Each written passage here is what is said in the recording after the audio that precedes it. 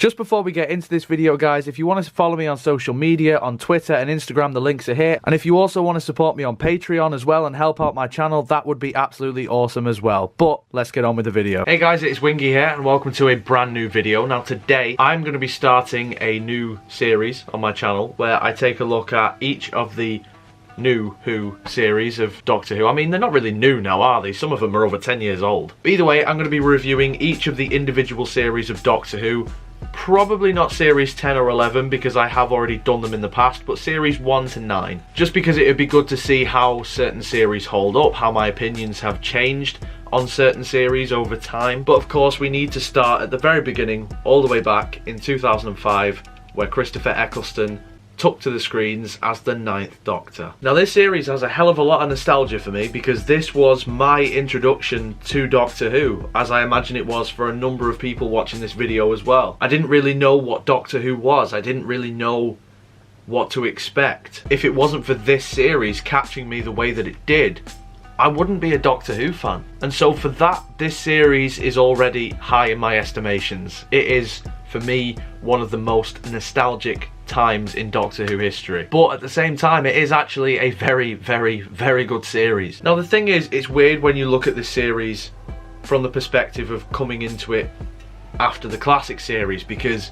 it is totally different and there are a lot of things in this series that I imagine when it first came back, it would have pissed a lot of people off. I mean, first and foremost is Christopher Eccleston. Now, his portrayal of the Doctor, yes, is fantastic. However, when I imagine people first saw images of him on set, they would have thought, who the fuck is that? Christopher Eccleston's Doctor is nothing like any of his predecessors whatsoever in the way that he dresses, in his haircut, anything like that. He is totally different and totally unique. He just looks like an ordinary guy. He's very subdued, whereas obviously the Doctor is somebody who, yes, does blend in from time to time with certain stuff that he wears, depending on which incarnation you're looking at. But with Christopher Eccleston, there's nothing really distinctive about his appearance, and for me that's kind of what makes him distinctive amongst the Doctors, is the fact that he isn't. The way that certain things are handled as well, such as the Time Lords and the fact that they went to war with the Daleks, I imagine that would have been an issue for classic series fans at the time as well. However, like I said before, his portrayal of the Doctor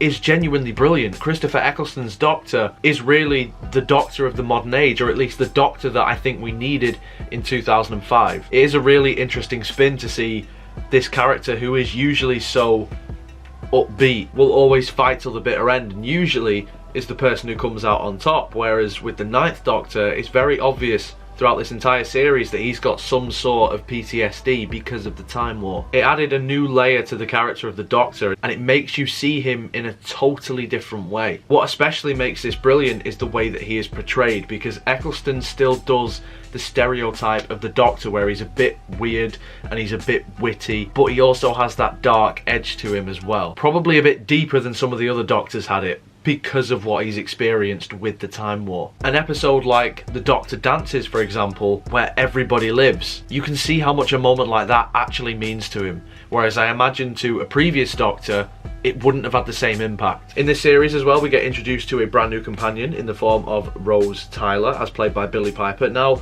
Rose is pretty good in series 1. She's quite likeable, she's quite down to earth, you know, she's a bit ordinary, and I think that's more or less what you need in a show like this. You don't need everybody to be extraordinary. You need somebody to be, you know, just the sort of down-to-earth, relatable character, and Rose is the epitome of that. You can tell that she wants more out of her life, and the Doctor can give her that, and you as the viewer really grasp onto that because you would want to be in her situation as well. I mean, we'll talk about it in the next series, but Rose is the best in this series, and there's a specific reason why. But again, I think I'll talk about that more when I talk about series 2. And then towards the end of the series, you get introduced to Captain Jack Harkness, who is one of my favourite characters in the Doctor Who universe. I genuinely love him. I think he is a fantastic character. I like how the Doctor has not necessarily an opposite or an equal per se, but somebody who is similar to him but goes about it in a very different way. I like seeing those two clash. It's a really interesting dynamic. You can see that they care about each other and you can see that they respect each other, but you always, especially in the first story, you see them try and get the upper hand of one another. And I think if any character was going to get a spin-off that deserved one from the modern era, it should have been Captain Jack. So let's talk about some of the stories then. Now, Rose, I think, is a good episode. It's a good introductory episode. I don't think it's a stellar episode, but I think it's good enough to keep you intrigued, sort of show you a bit of what Doctor Who is actually about. In fact, it even brings back an old villain as well, so if you are familiar with the classic series, it's not as alien, pardon the pun, because you recognise the Autons and the Nestine consciousness. And straight away it shows you the dynamic of how this series is going to go. It isn't a series that focuses on the Doctor as such anymore. It's more about from the angle of the companions, and I think, again, for a modern audience, that was the way to go, and Russell really delivered well with that. I mean, if he didn't, I don't think I'd be sat here talking about it. I'm not going to talk about every single episode, so I'm just going to pick out a few more here and there that I just think are noteworthy stories. Next one being Dalek, which is fucking phenomenal. It is honestly one of the best Doctor Who episodes ever, in my personal opinion, because this entire series, like I mentioned before, it challenges your opinion on the Doctor, and it shows you a different spin on that character, and yet in this one episode, you get that with a Dalek as well. I never thought I would feel sympathy for a Dalek, but that episode actually manages it quite well. Oh, look at the poor little killing machine that hates absolutely everything it sees.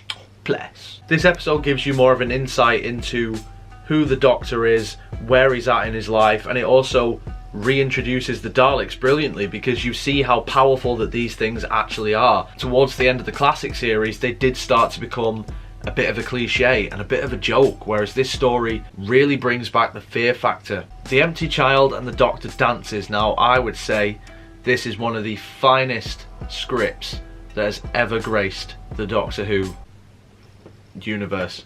Didn't know the word then. This is one of my favourite stories, and I often say that this is the story that made me a Doctor Who fan, because it petrified me as a kid, and yet I had to keep watching it. Also instilled my fear of young children in horror films, because kids are creepy as shit, man. Like, they are really creepy. It's the innocence. It's because they're so innocent. I don't like it. Something that should be sweet and harmless should not be wearing a gas mask and chasing after you and turning you into a zombie. Like, that shit is messed up. It's probably the best Stephen Moffat two-part story that we've had. Probably. Yeah, it's a bold claim, but I'm going to stick with it. I think with a script like this, it shows you that Doctor Who isn't always consequences. You know, a lot of Doctor Who shows you that, you know, being near the Doctor, being around the Doctor, travelling with the Doctor, people will die and people will get hurt. Whereas a story like this, it shows you that, you know what? Sometimes, just sometimes, everything is okay. Plus, it's set in World War II, which I love. I'm fascinated with the Second World War, and so if you're going to have creepy as shit atmosphere or setting or location, whatever you want to call it, you'd probably pick then. There's a real sense of urgency in this story, and I love it. And then of course we come to the finale, which properly reintroduces the Daleks. Now this, for me, is the best the Daleks, as an army at least, not necessarily an individual like in Dalek, but as a team? As a whole army of Daleks, this is the best that we have ever seen them, in my humble opinion. The threat level of the Daleks in this is immense. You just know that no matter what happens, they're probably not getting out of it. Now yes, the ending is a bit fluky, and it is a bit like Deus Ex Machina, what the fuck, how did that just happen? That's a load of bollocks. However, the rest of the story is good enough that you can overlook it. I wouldn't say it's the same as the end of Series 3, for example, which again, I'll get to in more detail, but that episode felt more forced than this one did. As dated as they are now, I also really like the references to old game shows that used to be on UK TV all the time. Not the actual channel, literally TV in the UK. And this one is kind of the exact opposite of The Empty Child, because with that one, do you know what? Some things are fine. This one, yeah, nah, fuck. Sometimes everything goes wrong. And then of course it ends with a regeneration, which as a kid blew my fucking mind. I had no idea what had happened. I didn't know if he was dead, if he was teleported away, if he changed his face. I had no idea, but I just wanted to keep watching. However, I was also gutted that Christopher Eccleston wouldn't be coming back. I know that's just sort of like a fucking summary, a fast summary, but overall this, I think, is a genuinely great series of Doctor Who from beginning to end. It has its duds, you know, stories like The Long Game is probably the weakest one of this series. I'm not massively keen on it, but every series has them. The best series out there have their weaker episodes and their more filler episodes. But the fact that this series from beginning to end keeps your attention, makes you want to watch more, you start to feel proper love and affection for these characters, and it brings you back into the Doctor's world but in a more modern setting. And yes, it's not classic Doctor Who. Classic Doctor Who will always be a totally different beast, but there is nothing wrong with this either. And even though he might not look like the traditional Doctor, Christopher Eccleston very much is the Doctor. And since he was my first, I guess I have to say that he's my Doctor, even though Tom's my favourite. And I've got to admit, it's been a fucking joy watching it again. So what would I give this series? I think I would give series 1 an 8 out of 10. It's not perfect, it is a bit cheesy in places as well, it is a bit dated in other places as well, but you can't really hold that against it. I mean, look at some of the shit in classic Doctor Who, in stories that I love, and yet they're still fucking shit in terms of special effects and whatnot. I seriously wish that Eccleston had stuck around for another series, but obviously for various different reasons he didn't. But at least we had him. At least he was here for 13 wonderful episodes. Well, not all wonderful, but mostly wonderful episodes of Doctor Who. And therefore that is going to be my review of Doctor Who Series 1. In the comments below, guys, let me know what you think. Series 1, love it, hate it, whatever it is, put it in the comments below. If you enjoyed this video, then make sure you leave a like on it, subscribe for more. Social media, Patreon links will be in the description as always, so if you would follow me on any of those things, I'd absolutely love you forever. But until next time, guys, you take care of yourselves. Goodbye.